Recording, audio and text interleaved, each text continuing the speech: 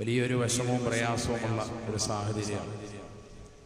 71 ദിവസം നമ്മളെല്ലാവരും പ്രാർത്ഥനയിലായിരുന്നു. എല്ലാ വിശ്വാസികളും, കേരളത്തിലുള്ളതാകുന്ന മുഴുവൻ സഹോദര സഹോദരിമാർ, അതിൽ മതമില്ല, എല്ലാവരും ഒന്നടങ്കം പ്രാർത്ഥിച്ചു.